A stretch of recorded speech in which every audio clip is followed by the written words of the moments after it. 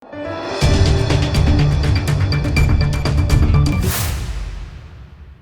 દર્શક મિત્રો, આપ જોઈ રહ્યા છો લોકમૈત્રી ન્યૂઝ. હું છું એન્કર અમિતા પટેલ. હવે જોઈએ અગત્યના સમાચાર. ગરમીના કારણે આ વર્ષે યાત્રા સવારના બદલે સાંજે પ્રસ્થાન થશે. વડોદરાના વાઘોડિયા રોડ સ્થિત સૂર્યનગર ગરબા ગ્રાઉન્ડથી આ ભવ્ય યાત્રા નીકળી અમદાવાદી પોળના શ્રી પંચમુખી મહાદેવ મંદિર મુકામે યાત્રા વિરામ લેશે. વડોદરા શહેર એ સંસ્કારી નગરી તરીકે ઓળખાય છે અને સાથે જ એક ભવ્ય સાંસ્કૃતિક વારસો પણ ધરાવે છે. સંસ્કૃતિને આગળ વધારતા શહેરમાં અનેક ઉત્સવો અને તહેવારો ઉમંગ અને ઉલ્લાસથી ઉજવાય છે. તારીખ 29/4/2025ના રોજ ભગવાન વિષ્ણુજીના છઠ્ઠા અવતાર એવા ચિરંજીવી ભગવાન પરશુરામજી જન્મોત્સવને લઈને નગરજનોમાં અનેરો ઉત્સાહ છે. દર વર્ષની જેમ આ વર્ષે પણ ભગવાન પરશુરામજી જન્મોત્સવ નિમિત્તે દર્ભાવતી ડભોઈના ધારાસભ્ય શૈલેષ મહેતા સોટ્ટાના માર્ગદર્શન હેઠળ સમસ્ત ગુજરાત બ્રહ્મ સમાજ, વર્લ્ડ બ્રાહ્મણ ફેડરેશન અને સમસ્ત ગુજરાત બ્રહ્મ શક્તિ જાગૃતિ મંચ દ્વારા ભવ્ય શોભાયાત્રાનું આયોજન કરવામાં આવ્યું છે. ભગવાન પરશુરામની શોભાયાત્રા વર્ષોની પરંપરા મુજબ શહેરના પૂર્વ વિસ્તારમાં સૂર્યનગર ગરબા ગ્રાઉન્ડથી નીકળી અમદાવાદી પોળ ખાતે શ્રી પંચમુખી મહાદેવ મંદિર મુકામે વિરામ લેશે. દર્ભાવતીના ધારાસભ્ય શૈલેષ મહેતાએ શોભાયાત્રાની માહિતી આપતા જણાવ્યું કે આયુર્વેદિક 4 રસ્તાથી લઈને માંડવી ગેટ સુધી અનેક મુસ્લિમ સમાજના આગેવાનો દ્વારા શોભાયાત્રાનું સ્વાગત કરવામાં આવે છે. આ વર્ષે શોભાયાત્રા ખૂબ જ અદ્ભુત અને ભક્તિમય રહેશે. અતિશય ગરમીને ધ્યાને રાખીને આ વર્ષે શોભાયાત્રાનો સમય સાંજે 5 થી રાત્રિના 9 કલાક સુધી રાખવામાં આવ્યો છે, જેથી વધુમાં વધુ બ્રાહ્મણો અને ભક્તો શોભાયાત્રાનો લાભ લઈ શકે. આ વર્ષે ભગવાન પરશુરામજીની ભવ્ય મૂર્તિનું નિર્માણ પણ કરવામાં આવ્યું છે, જે શોભાયાત્રાનું મુખ્ય આકર્ષણ રહેશે. સાથે જ વન નેશન, વન ઇલેક્શન જાગૃતિ માટેનો ટેબ્લો અને તાજેતરમાં વજ્રઘાત સમાન પહલગામ હુમલામાં મૃત્યુ પામેલા પ્રવાસીઓને શ્રદ્ધાંજલિ પાઠવવાનો ટેબ્લો પણ સામેલ હશે. આ ઉપરાંત કાશીના મહાન પંડિતો દ્વારા શહેરના હાર્દસમા લેરીપુરા ગેટ પાસે ભવ્ય મહાઆરતીનું આયોજન કરવામાં આવનાર છે. તાજેતરમાં જમ્મુ કાશ્મીરના પહેલગામમાં થયેલા આતંકી હુમલા અંગે દર્ભાવતી ડભોઈના ધારાસભ્ય શૈલેષ મહેતાએ ઉમેર્યું કે આતંકવાદીઓનો હુમલો સમસ્ત હિન્દુ સમાજ પર વજ્રઘાત સમાન હુમલો છે. ઘટનાને નિઃશબ્દ વિરોધ દર્શાવવા શોભાયાત્રામાં આવેલ દરેક વ્યક્તિ કાળી પટ્ટી ધારણ પહેરશે. શહેર અને જિલ્લાના તમામ હિન્દુઓ અને સનાતન પ્રેમીઓને ભવ્ય શોભાયાત્રા જોડાવા અને મહાઆરતીનો લાભ લેવા આહવાન કરવામાં આવ્યું છે. Bureau report, Lokmaitri news, Vadodara. માંડવીને કોઈ નુકસાન ના થાય. આની સાથે સાથે પહેલગામમાં જે શહીદો છે એને યાદ કરીને આપણો જે આક્રોશ છે એ આક્રોશ પણ લોકો રજૂ કરી રહ્યા છે. ત્યારે તમામ શોભાયાત્રામાં ભાગ લેનાર કાળી રિબિન બાંધીને નીકળશે સાથે. એટલે જે શોકનું અને જે રોષ આપણે વ્યક્ત કરવાનો છે, જે સંદેશ આપવાનો છે, એ સંદેશ પણ કાળી રિબિન બાંધીને આપવામાં આવશે. આ સાથે આ શોભાયાત્રા વડોદરા શહેરમાં એક અલગ શોભાયાત્રા તરીકે દેખાશે અને આ વખતે ખૂબ જ ઉત્સાહ લોકોમાં છે. વડોદરા શહેરના દરેક વિસ્તારોમાં આ અંગે મિટિંગો થઈ છે અને મોટી સંખ્યામાં દરેક વિસ્તારોમાંથી નાની નાની શોભાયાત્રાના રૂપે લોકો સૂર્યનગર આવશે અને ત્યાંથી મહાશોભાયાત્રા એ સૂર્યનગરથી નીકળીને પાણીગેટ, માંડવી, ન્યાય મંદિર, પદ્માવતી શોપિંગ સેન્ટર, ગાંધીનગર ગૃહ થઈને અમદાવાદી પોળ મહાદેવના મંદિરે જઈને આરતી કરવામાં આવશે. લેવીપુરાથી અમદાવાદી પોળ સુધી વચ્ચે ફાયર ક્રેકર્સ થી પણ મૂર્તિની આજુબાજુ ફાયર ક્રેકર્સ થશે અને એક અલગ નજારો એ બાજુ જોવા મળશે. કારણ કે 4 દરવાજાની વચ્ચે ફાયર ક્રેકર્સ કે ફટાકડા ફોડવા એ યોગ્ય નહીં લાગવાથી લહેરીપુરાના દરવાજાથી બહારથી ફાયર ક્રેકર્સ કરવામાં આવશે. આ રીતે આ શોભાયાત્રાનું આયોજન કરવામાં આવ્યું છે. ત્યારે હું આપના મારફત પણ તમામ સનાતની ધર્મીઓને આ શોભાયાત્રામાં જોડાવા આમંત્રણ આપું છું. આ શોભાયાત્રાનો ફ્લેગ ઓફ પરમ પૂજ્ય ગોસ્વામી 108 વ્રજરાજ કુમાર મહોદયશ્રી દ્વારા કરવામાં આવશે.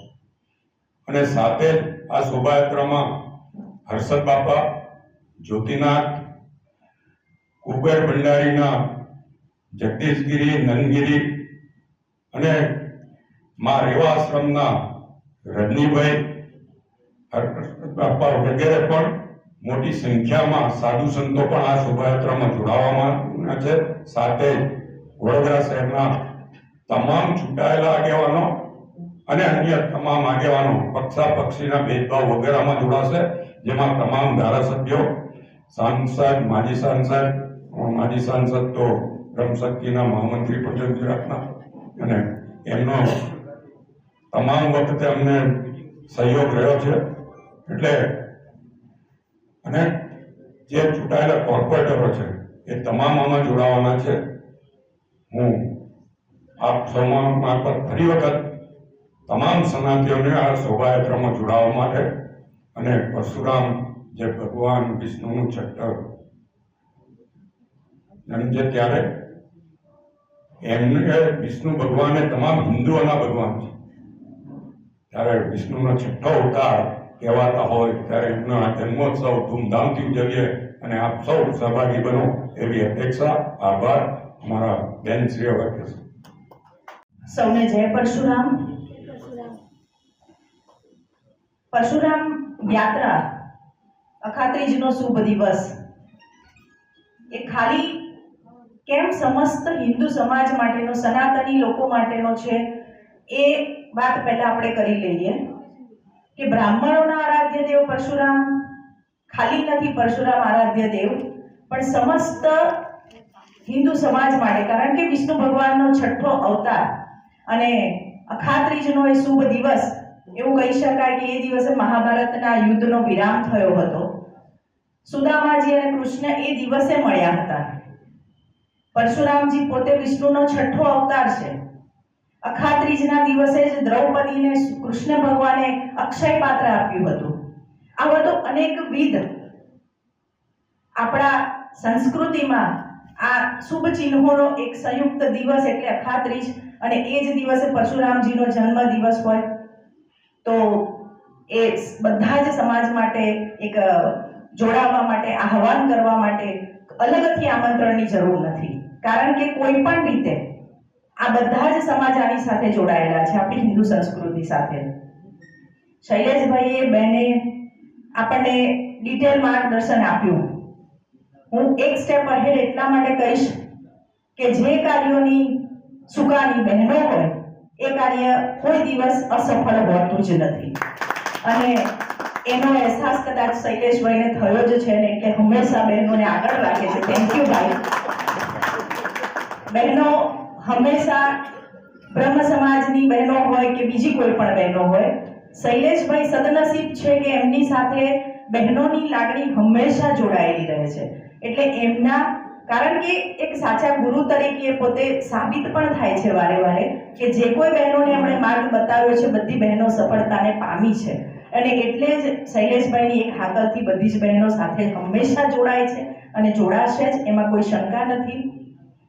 શિક્ષક હોવાને નાતે, એજ્યુકેશન ફિલ્ડમાં હોવાને નાતે મારા દીકરા અને શૈલેષભાઈનો એક એવો આદેશ પણ હતો કે તમે આ વખતે સરકારની કોઈ પણ યોજના હોય, અને એ કેમ છે, આપણે કેમ એ પ્લોટ મૂકીએ છીએ, કોઈ પણ રેલી આપણે કરીએ છીએ તો એમાં ખાલી ડીજે અને ડાન્સ પૂરતું સીમિત રાખવાનું કલ્ચર હવે નથી. જો આટલો મોટો વર્ગ જ્યારે રેલીમાં જોડાઈ રહ્યો છે, સ્વયંભૂ જોડાઈ રહ્યો છે, જોવાવાળા લોકો અસંખ્ય છે, તો એ લોકો કંઈક સરસ મેસેજ લઈને જાય એ પણ જોવાની આપણી જવાબદારી છે. ખાલી ધમાલ કરીને છૂટા પડી જવું એ રેલીનો અર્થ નથી રહેતો. તો આપણો નેક્સ્ટ જે મોદી સાહેબનો એજન્ડા છે કે વન નેશન વન ઇલેક્શન, એ એજન્ડાને આપણે આ વખતે પ્લોટ સ્વરૂપે રેલીમાં જોડી રહ્યા છીએ. અને એની પાછળનું રીઝન કેમ મોદી સાહેબે કીધું એટલે આપણે નથી મૂકી દીધું, પણ એમનો આશય શું છે કે શ્રમનો બચાવ, ટાઈમનો બચાવ, દેશના ધનનો બચાવ. જો એ એક જ સાથે ઇલેક્શન થાય તો ખૂબ બધી જહેમત મટે અને ખૂબ બધા નાણાંનો એનો ડાયરેક્ટ જીડીપી નો સાથેનું કનેક્શન છે. 1.33 કે એટલા % જીડીપી નો વ્યય આવા અલગ અલગ ઇલેક્શનોમાં થાય છે, અને એટલા માટે અમે શિક્ષક છીએ એટલા માટે પણ આ એક જવાબદારી અમે મારી માથે લીધી છે કે આ મેસેજ અમારા તરફથી, અમારા આખા જ મહેતા ગ્રુપ ઓફ સ્કૂલની બધી 6 સ્કૂલના ટીચર્સ હેન્ડબિલ સ્વરૂપે દરેકે દરેક વ્યક્તિ સુધી પહોંચાડશે અને એનો આશય સમજાવવાનો પણ ટ્રાય કરશે. મૃતાત્માઓને શ્રદ્ધાંજલિ આપવાની અને એમાં કાળી રિબીન, જન આક્રોશ દરેકના દિલમાં અત્યારે સળગે છે. પણ અખાત્રીજ પણ આવે છે તો આપણે એને મોકૂફ નહીં કરતા અમે જે લોકોની કુટુંબ પર તકલીફો આવી છે એની સાથે છીએ. અમારી સંવેદના સદાય એમની સાથે છે. અને અખાત્રીજના શુભ દિવસે પરશુરામજીનો જન્મદિવસ છે ને આપણી પરંપરા છે, તો આપણે એને આવી રીતે વ્યક્ત કરીશું કે અમે તમારી સાથે છીએ. આતંકવાદીઓનો વિરોધ એ અમારી પણ માંગણી છે અને લાગણી છે. આ મેસેજ પણ આપણે પહોંચાડવાનો છે. પરશુરામજીની આ વખતે એક સુંદર મૂર્તિ સ્વરૂપ બનાવ્યું છે કે કોઈ પણ વસ્તુને તમે ખોટા સ્વરૂપે મૂકો કે મંદિરમાં જવાનું કેમ? કારણ કે મૂર્તિ સ્વરૂપ હોય તો વ્યક્તિ પોતાની જાતને એની સાથે કનેક્ટ કરી શકે છે. અને એટલા માટે જ મૂર્તિ સ્વરૂપ જ્યારે પરશુરામજી વચ્ચે બિરાજતા હશે. સૌને જય પરશુરામ. પરશુરામ યાત્રા, અખાત્રીજનો શુભ દિવસ એ ખાલી કેમ સમસ્ત હિન્દુ સમાજ માટેનો, સનાતની લોકો માટેનો છે એ વાત પહેલા આપણે કરી લઈએ કે બ્રાહ્મણોના આરાધ્ય દેવ પરશુરામ ખાલી નથી પરશુરામ આરાધ્ય દેવ, પણ સમસ્ત હિન્દુ સમાજ માટે. કારણ કે વિષ્ણુ ભગવાનનો 6થો અવતાર અને અખાત્રીજનો એ શુભ દિવસ, એવું કહી શકાય કે એ દિવસે મહાભારતના યુદ્ધનો વિરામ થયો હતો. સુદામાજી અને કૃષ્ણ એ દિવસે મળ્યા હતા. પરશુરામજી પોતે વિષ્ણુનો 6થો અવતાર છે. અખાત્રીજના દિવસે જ દ્રૌપદીને કૃષ્ણ ભગવાને અક્ષય પાત્ર આપ્યું હતું. આવા તો અનેકવિધ આપણા સંસ્કૃતિમાં આ શુભ ચિહ્નોનો એક સંયુક્ત દિવસ એટલે અખાત્રીજ. અને એ જ દિવસે પરશુરામજીનો જન્મ દિવસ હોય તો એ બધા જ સમાજ માટે એક જોડાવા માટે, આહવાન કરવા માટે અલગથી આમંત્રણની જરૂર નથી. કારણ કે કોઈ પણ રીતે આ બધા જ સમાજ આની સાથે જોડાયેલા છે, આપણી હિન્દુ સંસ્કૃતિ સાથે. શૈલેષભાઈએ બહેને આપણને ડિટેલ માર્ગદર્શન આપ્યું. હું એક સ્ટેપ અહેડ એટલા માટે કહીશ કે જે કાર્યોની સુકાની બહેનો હોય એ કાર્ય કોઈ દિવસ અસફળ હોતું જ નથી. અને એનો અહેસાસ કદાચ શૈલેષભાઈને થયો જ છે ને, એટલે હંમેશા બહેનોને આગળ રાખે છે. થેન્ક યુ ભાઈ. બહેનો હંમેશા બ્રહ્મ સમાજની બહેનો હોય કે બીજી કોઈ પણ બહેનો હોય, શૈલેષભાઈ સદનસીબ છે કે એમની સાથે બહેનોની લાગણી હંમેશા જોડાયેલી રહે છે. એટલે એમના, કારણ કે એક સાચા ગુરુ તરીકે પોતે સાબિત પણ થાય છે વારે વારે કે જે કોઈ બહેનોને એમણે માર્ગ બતાવ્યો છે બધી બહેનો સફળતાને પામી છે. અને એટલે જ શૈલેષભાઈની એક હાકલથી બધી જ બહેનો સાથે હંમેશા જોડાય છે અને જોડાશે જ, એમાં કોઈ શંકા નથી.